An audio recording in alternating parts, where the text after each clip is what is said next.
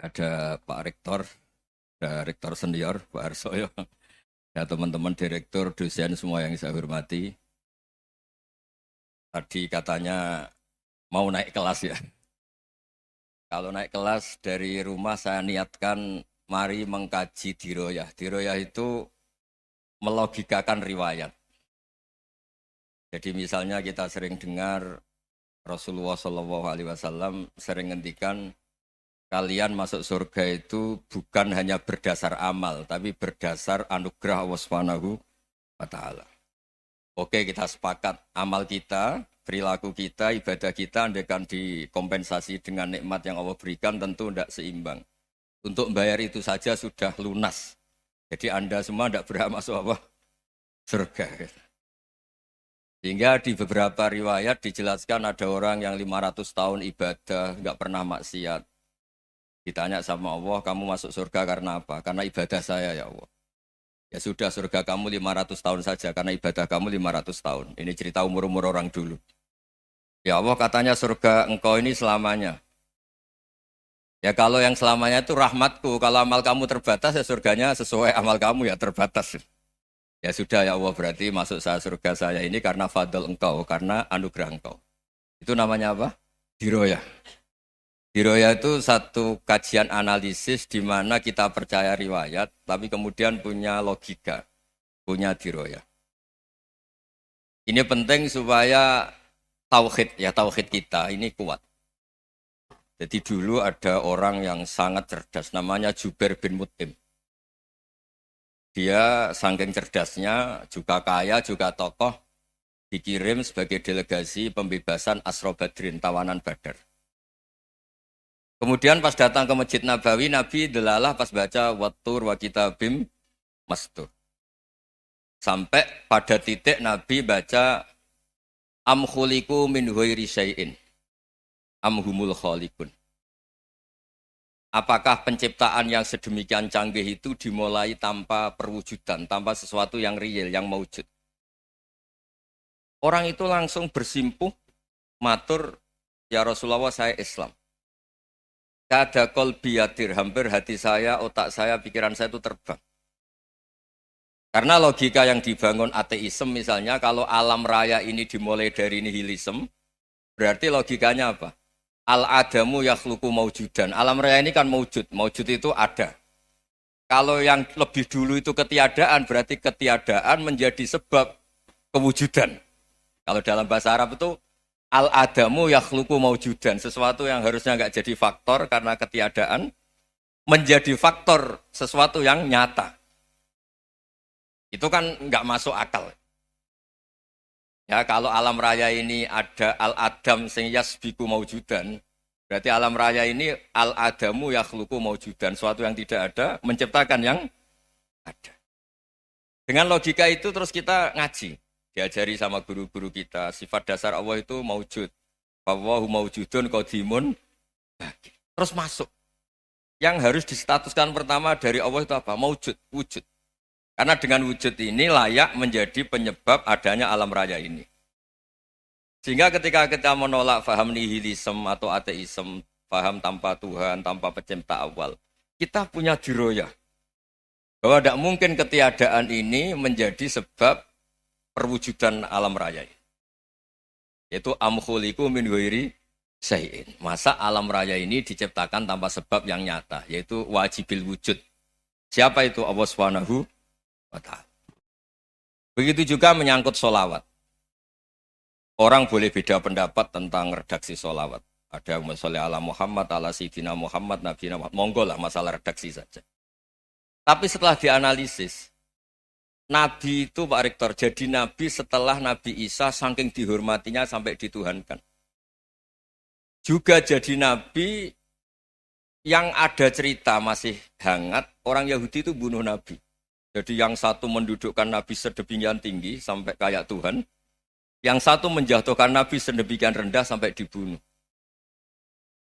Kayak apa susahnya jadi Nabi Muhammad SAW. Kemudian dengan gampang Hadaddin agama ini bikin syariat yang bernama sholawat. Redaksinya monggo lah sesuai tradisi masing-masing. Allahumma sholli ala Muhammad, Allahumma sholli ala Sayyidina Muhammad, ala Nabiyina Muhammad, monggo. Tapi yang jelas redaksi ini kalau di diroyah dikaji, Allahumma itu Tuhan, Tuhan itu pemberi. Wa Muhammadun wa in jalla qadruh abdun min ibadi. Muhammad apapun tinggi derajatnya tetap berstatus hamba. Sehingga agama ini terjaga oleh sighatus sholawat. Agama ini terjaga oleh redaksi sholawat. Yaitu Allah tetap pemberi sebagai Tuhan yang enggak tersaingi, la syarikalah. Rasulullah Muhammad wa in jalla qadruh, apapun prestasinya, bisa mi'raj, bisa apa saja, tetap seorang hamba yang butuh muhtajun ila rahmatih. Jika redaksi Allahumma sholli ala Muhammad ini mengukuhkan yang Tuhan tetap Tuhan, hamba pilihan tetap hamba pilihan. Tentu dengan redaksi ini kemudian kita mendudukkan Nabi benar-benar posisi terhormat. Yaitu orang yang paling berhak dapat askat tahiyat, mendapat penghormatan Allah paling tinggi, yaitu Rasulullah Muhammad SAW. Dan itu diulang-ulang oleh Allah. Subhanalladzi asra bi'abdi. Status hamba ini diulang.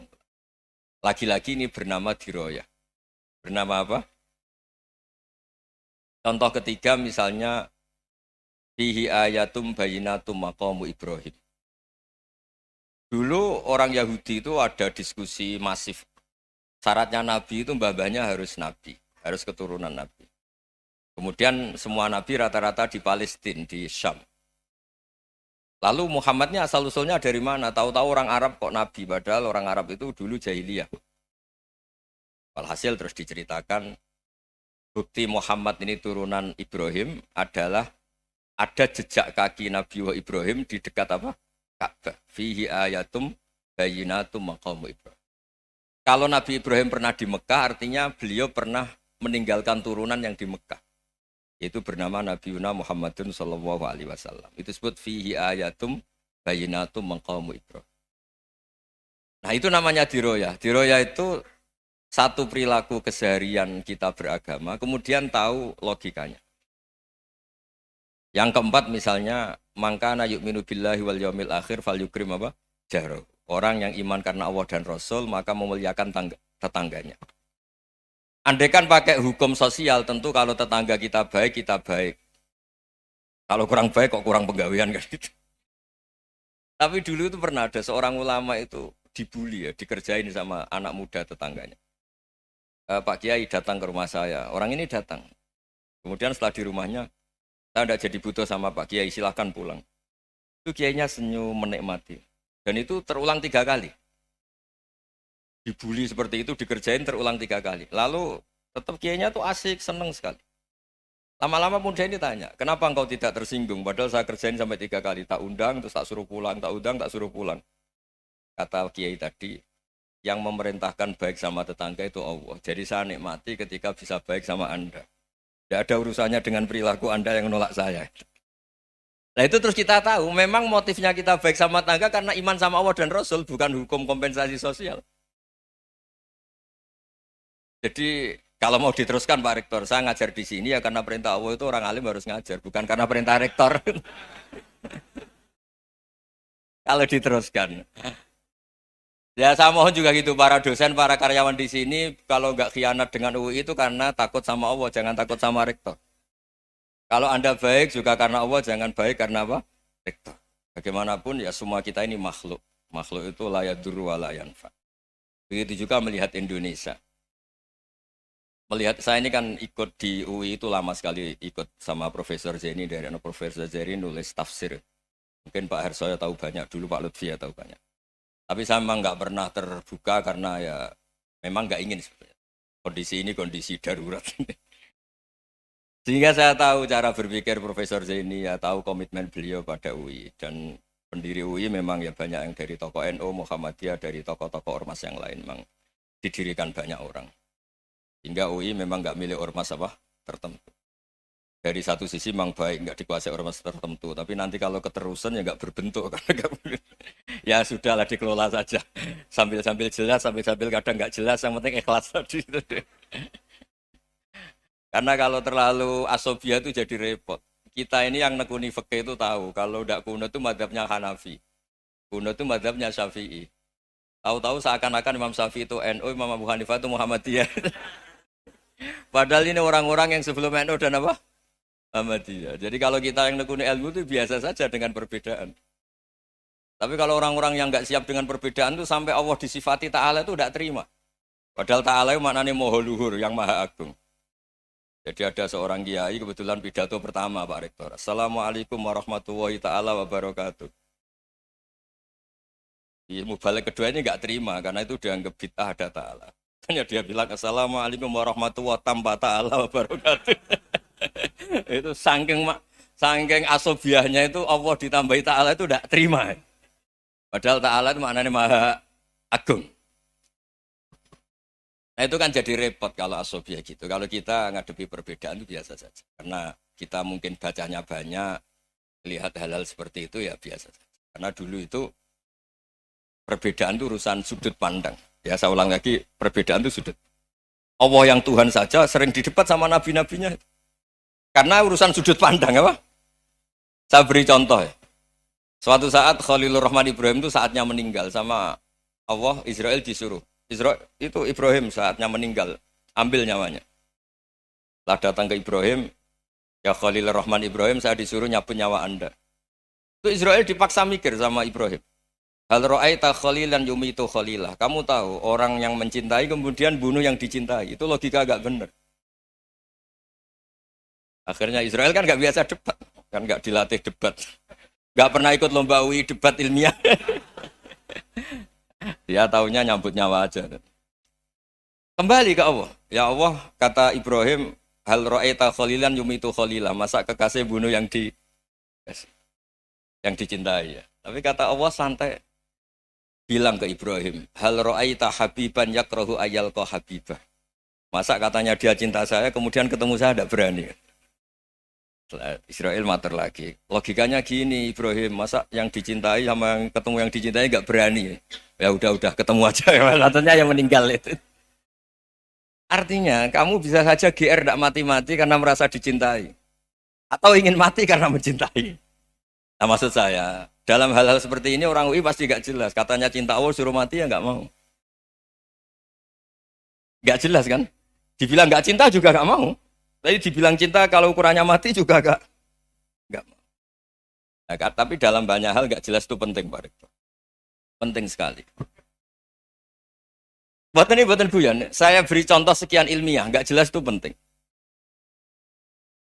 Rasulullah SAW itu dalam banyak hal itu disuruh Allah, memang disuruh supaya ngambil sikap seperti itu. Karena Allah itu punya otoritas penuh untuk bikin orang itu baik atau tidak baik. Wahsy itu yang membunuh Sayyid Hamzah, orang paling dicintai Nabi, di antara yang dicintai Nabi. Qatalahu Wahsyun, dibunuh oleh Wahsy. Nabi secara basarnya itu nggak suka sama Wahsy. Sampai cara lahir ya ingin corong Jawa ingin masuk nol. Tapi apa kata Allah? Laisa laka minal amri syai'un aw yatuba alaihim aw yu'adziba. Itu tidak wilayah kamu Muhammad. Malah Wahsy dikasih tobat sama Allah. Khalid bin Walid. Itu perang Uhud kalah itu karena ide brilian Khalid bin Walid. Pas itu masih panglima kafir. Yaitu pura-pura kalah, ghanimah dilepas, sahabat turun, pasukannya naik, walhasil orang Islam kalah. Khalid bin Walid akhirnya juga masuk Islam. Orang yang secara basariah Nabi itu gak siap. Kebalikannya juga ada. Sa'labah itu orang sampai tempat gelar Hamamatul Masjid. Ini pas ngaji mesti ingat. Salam. Dia di masjid terus. Setiap habis salam tuh lari karena istrinya nyuwun sewu masih berpakaian yang tidak pantas. Kenapa engkau terburu-buru pulang? Pakaian yang dipakai istri saya sekarang saya pakai.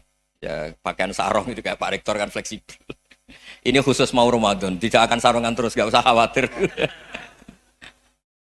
Jadi ini tadi sudah perjanjian. Saya yang kiai celananan, beliau yang rektor pakai sarung. Jadi iya. Supaya itu barter madhab. Tapi hanya sekali ini aja, bukan.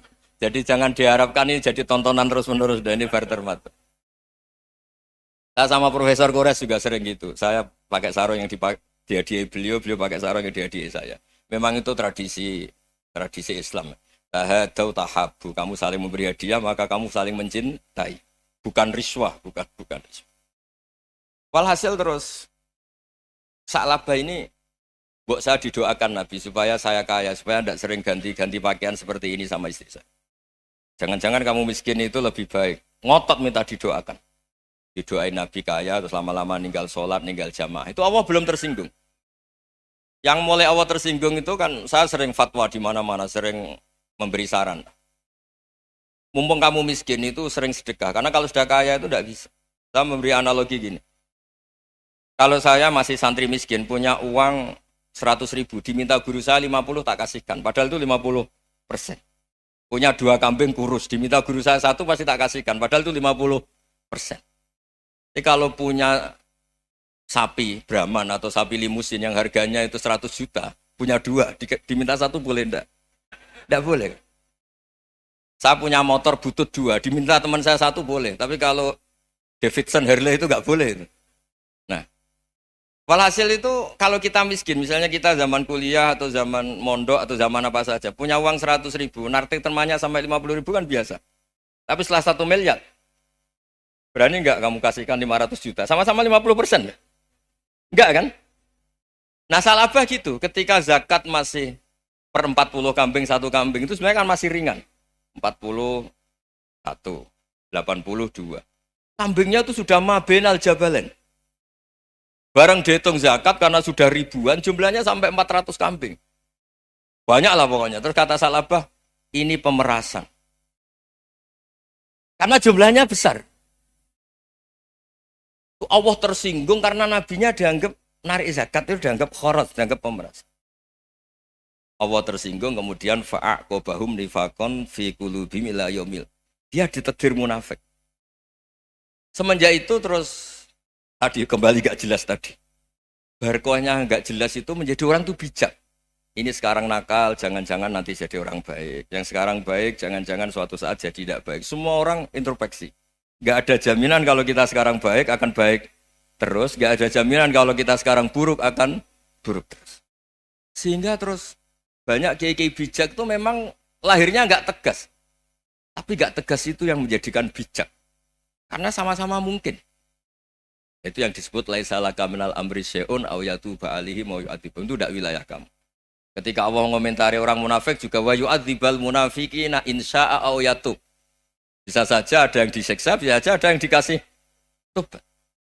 Karena pola yang kita analisis itu semuanya menurut kita. Bukan menurut kemaslahatan orang apa? Banyak. Saya punya sekian contoh cerita. Orang yang sowan kiai baik-baik, mungkin bawa gula atau salam tempel, tidak tahu lah. Itu tidak mesti jadi wali. Tapi Kali Joko yang kenal Sunan Bonang, itu kenalnya itu karena ingin begal. malah jadi wali.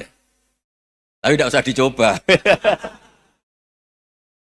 Umar itu nyari Nabi itu mau dibunuh.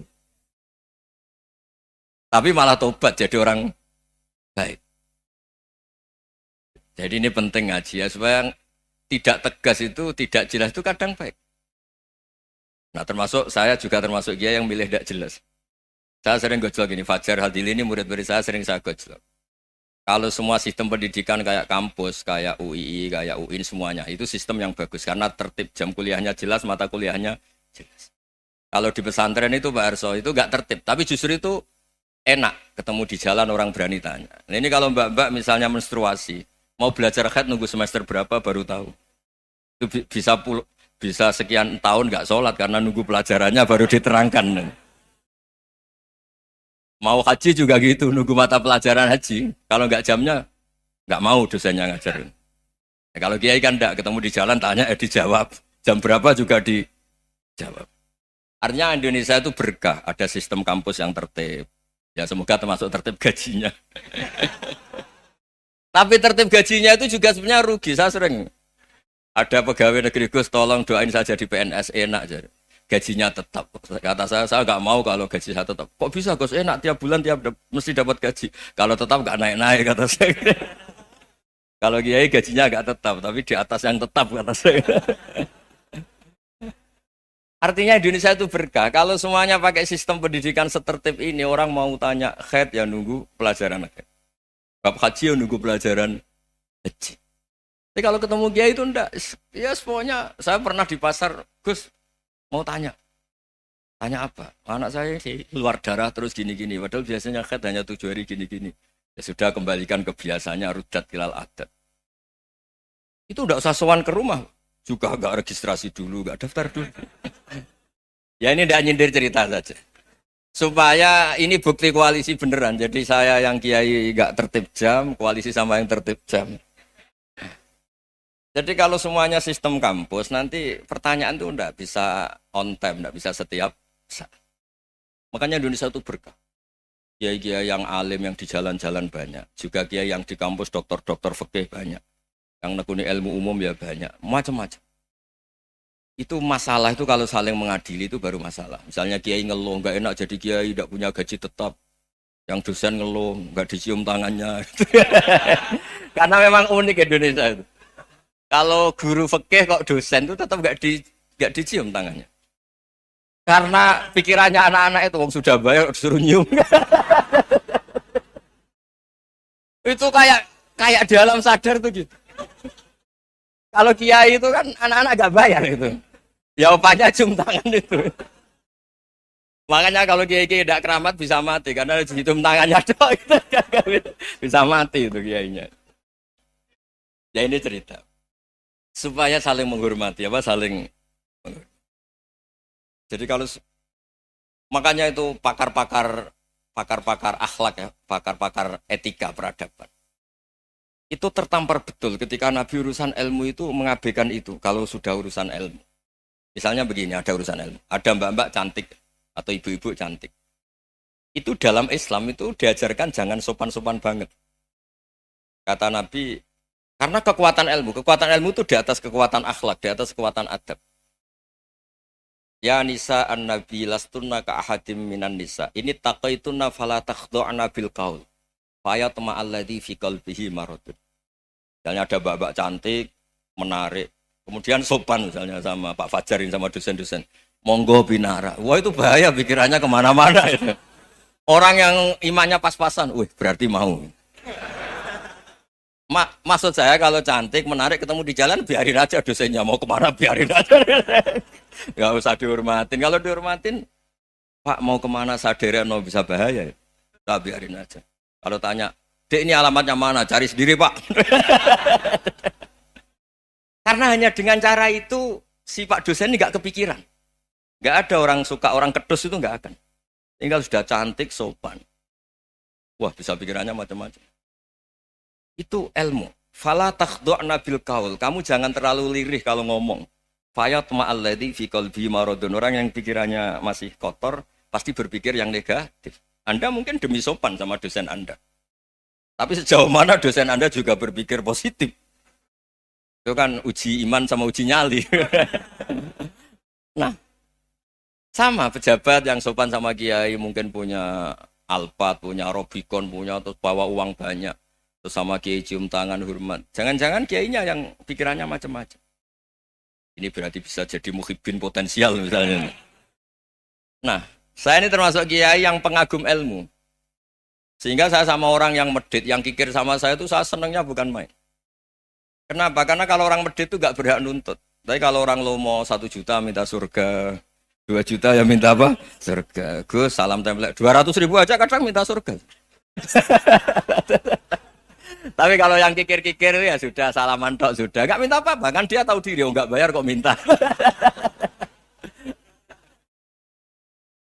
Maksud saya Islam itu luas, dinikmati saja, Pak. Dinikmati saja. Nah itu diroya, maksudnya itu diroya. Diroya itu kamu tahu aturan Islam itu kamu harus yakin khairihi wa syarrihi minallah. Semua itu ujian, tapi kemudian dikaji.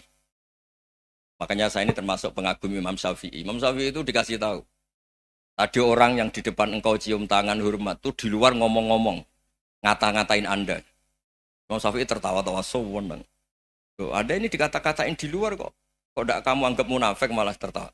Berarti saya wibawa, di depan saya nggak berani. Dianggap enteng saja. Dibilangin, sebagian orang kampung sini nggak suka sama engkau. Baguslah, tidak akan pinjam uang sama saya. Di mana-mana orang pinjam minta tolong itu karena seneng. Kalau benci kan enggak. Intinya dianggap enteng saja. Yang terjadi di dunia itu semuanya dianggap enteng saja. Man asa ilaika faqat atlakoka. Yang berburuk sama kamu itu membebaskan kamu. Coba kalau akrab, titip. Ya misalnya akrab sama Pak Fajar. Bilangkan ke Pak Rektor, sangkat atau jadi guru tetap atau apa kan ribet. Kalau tidak cocok kan nggak minta apa-apa. Makanya hati-hati Pak Rektor sama yang akrab-akrab itu. Itu dulu saya juga gak paham. Di antara wasiat Bapak yang sering diulang-ulang tuh itu. Suatu saat kamu jadi kiai, ngelola orang nggak seneng tuh gampang. Sudah, situ orang lain. Tapi kalau ngelola orang nggak orang seneng tuh repot. Mintanya aneh-aneh. 100.000 aja minta surga.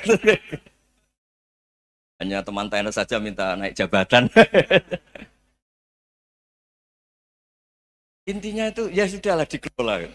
Yang seneng ya berkah, mungkin teman berjuang, teman diskusi. Yang nggak seneng ya berkah, karena ini tidak minta macam-macam, tidak senang. Nah itu namanya diroya. Diroya itu satu kajian keilmuan yang menjadikan kita ini nyaman dengan riwayat-riwayat, panduan-panduan dari Rasulullah Shallallahu Alaihi Wasallam. Kayak tadi. Kenapa sih tentang baik sama tetangga, baik sama tamu? Hitung-hitungannya itu mangkana yu'minu billahi wal yaumil. Saya pernah dicium sama orang miskin yang akut, miskin betul. Itu tak ajarin, Anda ini lebih hebat ketimbang orang-orang kaya. Misalnya gini, misalnya ada komunitas rektor atau kiai besar. Saya ini kata orang banyak termasuk kiai besar. Mungkin kalau pinjam uang itu karena mau beli mobil, aksesoris mobil. Karena kita kiai top atau rektor atau orang-orang top. Kalau sesama orang miskin itu pinjem-pinjemannya itu urusan beras, itu urusan nyawa. Keren mana? Nyelamatkan nyawa sama aksesoris mobil. Nyawa. Jadi pahala kamu pasti lebih besar itu.